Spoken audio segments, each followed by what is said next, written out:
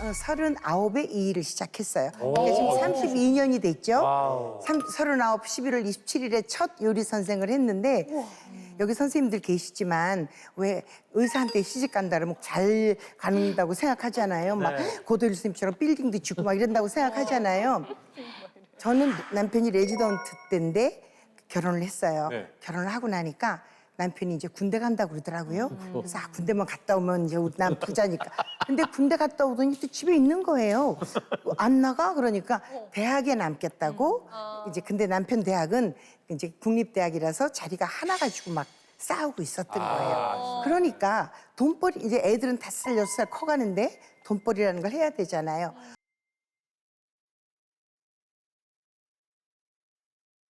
아, 어떡하지? 어떡하지? 그러고 있었는데 저 아는 이웃께서 저희 집에서 식사하시고 하더니 야, 너 그 깻잎 장아찌 좀 담아봐. 그거 너무 맛있어. 너 하는 거. 그래서 제가 그걸 양념을 해서 밤새도록 양념을 해서 이렇게 팔았어요. 그래서 예쁜 통에 팔았는데 그게 그렇게 소문이 나가지고요. 너무 많은 분들이 저보고 가르쳐줘 해서 막 줄을 서서 기다리시는 거예요. 그래서 처음 한 팀을 했는데 세상에 한 클래스를 하고 나니까 7분이 오셨어요. 네. 5만 원씩 걷어서 35만 원을 저를 주시는 거예요. 그때 저희 남편이 놀고 있을 때니까 얼마나 큰 돈이에요. 그럼요. 근데 그렇게 힘든 과정이 있었지만 제가 알기로 우리 이혜정 쌤 굉장한 대기업이죠. 유황이라는 그 네. 기업의 딸로 제가 알고 있는데. 네, 유황이라는 그 네. 기업의 딸로 제가 알고 있는데. 네.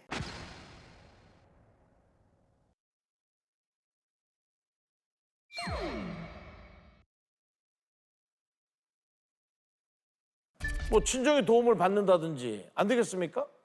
그때는 제가 정직히 말씀드려서 아버지가 그 회사의 회장님인 건 맞지만 내 힘으로 내 가정을 내가 지켜봐야지라는 생각이 있었고 이거 참 희한해요. 제가 그렇게 남편 흉을 보고 하지만 그때 남편은 세상 살면서 가장 위기에 있었던 학교에 남기 위해서 밤에만 나가서 애기 받아주고 그런 일로 가정을 꾸려갈 때이기 때문에 남편의 그런 어려움을 더 이상 친정에도 말하고 싶지 않았어요. 세상에서 제일 하늘 같은 사위여야지 혹시라도 애들 아빠를 덜 반가워하면 어떡하나?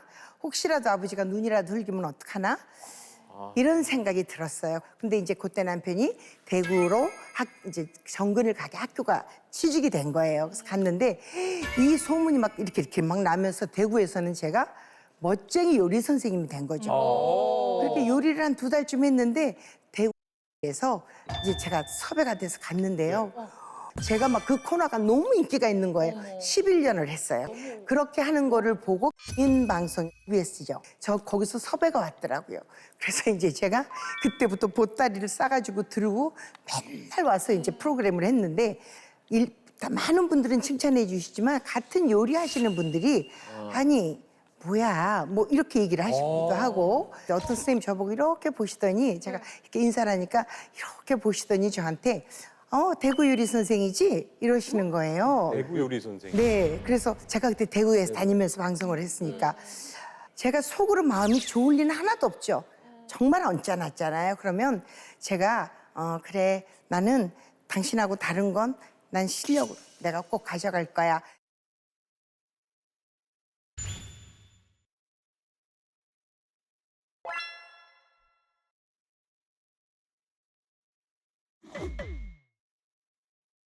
절대 많이 볶지 마세요. 아삭하게 살짝만 볶을 거예요. 그냥 누르면 뭉그러져요. 그러니까 저런 딸을 본 적이 없어요. 뭐야 또? 네.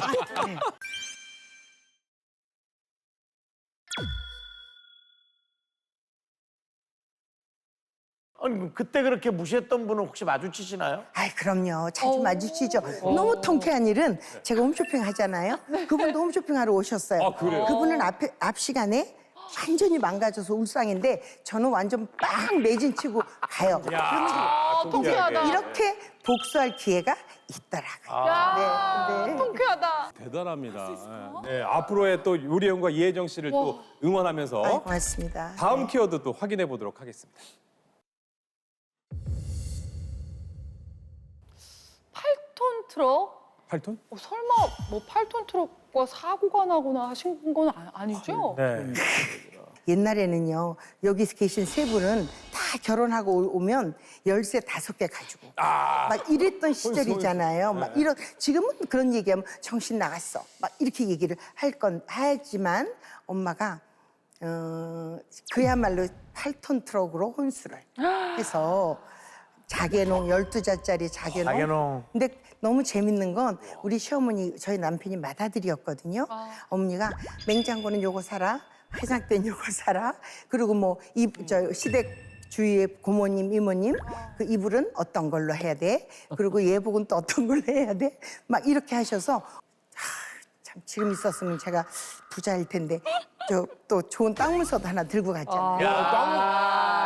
진짜 열쇠 막 이런 거 진짜 그런 것처럼. 땅 문서는 그때 차도 지금까지 사- 남아 있어요. 중간에 차도 사라졌어요. 사갔죠. 차도 사갔어요. 그럼요. 땅 문서 그랬는데 중간에 남아 있어요. 사라졌어요. 우리 남편이 날렸어요. 날렸어. 우리 남편이 그래도 저를 굉장히 대접해 주시겠지라는 막연한 기대가 있었는데 아마 시어머니 마음은 그게 아니었나 봐요. 며느리는 네. 였나 봐요. 그 하루하루가 너무 단단해서 정말 저 많이 울었어요. 아 그래. 고생 많이 했어요. 근데 너무 답답한 건요.